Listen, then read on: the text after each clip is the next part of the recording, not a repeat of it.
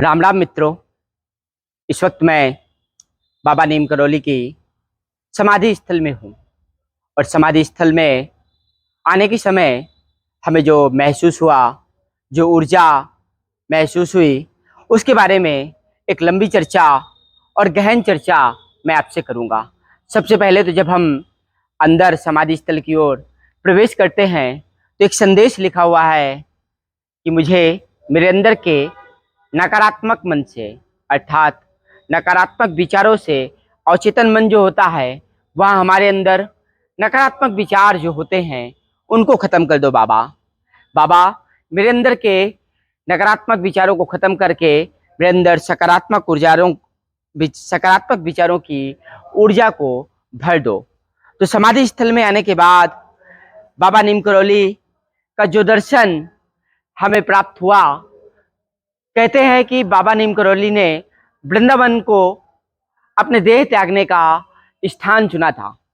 और इस समाधि स्थल की खासियत ये बताई जाती है कि मंदिर, मस्जिद, चर्च, गुरुद्वारा और शिवालय सबका एक प्रारूप इस समाधि स्थल में रखा गया।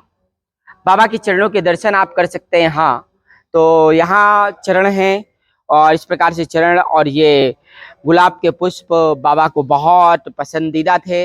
इनकी महक, इनकी जो खूबसूरती है वो बाबा को हमेशा पसंद रहे हैं। तो राम राम के पहले भी इसलिए गुलाब के पुष्प का चिन्ह अंकित किया जाता है। तो इस वक्त मैं समाधि स्थल में हूँ और एक कनेक्शन भक्तों का बाबा से अपने आप बन जाता है।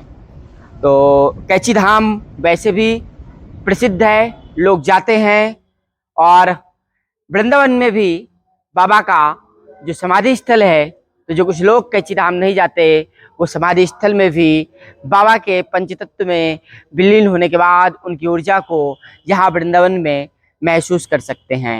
यहाँ दो माताएं अक्सर बैठ करके हमेशा निरंतर राम राम हरे कृष्ण कृष्ण कृष्ण हरे हरे, हरे राम राम राम हरे हरे का संकीर्तन करती रहती हैं।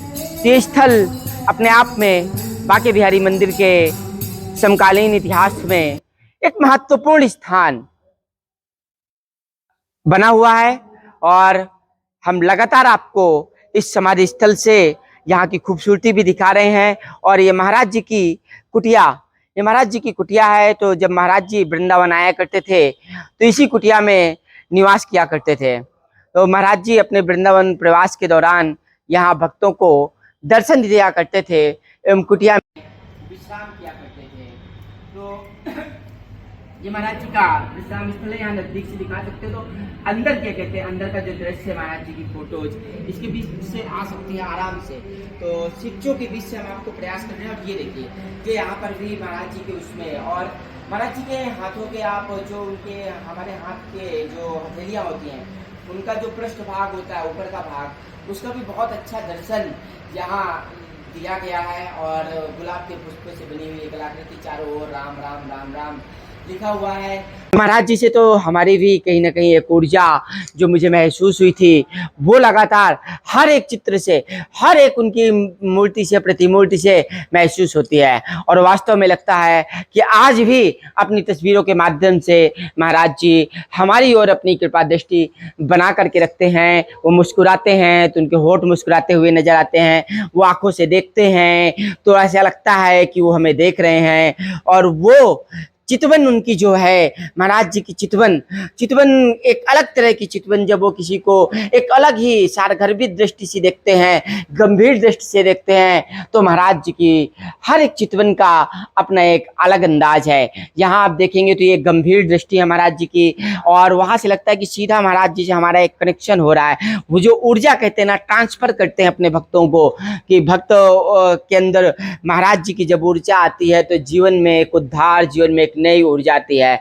फिर जब महाराज जी कुछ और अलग दृष्टि से देखते हैं तो देखिए हर एक उनकी दृष्टियों में देखेंगे, उनकी आंखों में आप भी झांकने की कोशिश करेंगे तो हर एक दृष्टि का उनका एक अलग ही अर्थ हमें महसूस होता है। तो कुल मिलाकर के महाराज जी की समाधि स्थल से, वृंदावन की समाधि स्थल से जो कुछ भी मैंने जानने का प्रयास किया, जो कुछ भी आपको दिखाने का प्रयास किया, मंदिर के पट जब खुलेंगे, यहाँ समाधि स्थल के पट जब खुलेंगे तो उसके भी दर्शन हम आपको कराएंगे। और अगर आप भारत की संत परंपरा से देश विदेश कहीं के भी भक्त हों जो महाराज जी से कनेक्टेड थे, जो कहते हैं उनकी विदेशी भक्ति भी बहुत सारे थे, अमेरिका, कनाडा, हर जगह से, ऑस्ट्रेलिया, यूएस से बहुत सारे भक्त हमेशा से आते रहे हैं, तो बड़े बड़े नाम उनके भक्तों की श्रेणी में सम्मिलित हैं। अभी फेसबुक के जो सीईओ हैं मार्क जुकरबर्ग, स्टीव जॉब्स से लेकर के और भी उनके कुछ ऐसे भक्त थे जिनके नाम तो हमको नहीं पता, लेकिन देश विदेश के जितने भी भक्त हैं वो कैची धाम से ऊर्जा प्राप्त करते हैं। वृंदावन में भी महाराज जी का जो समाधि स्थल है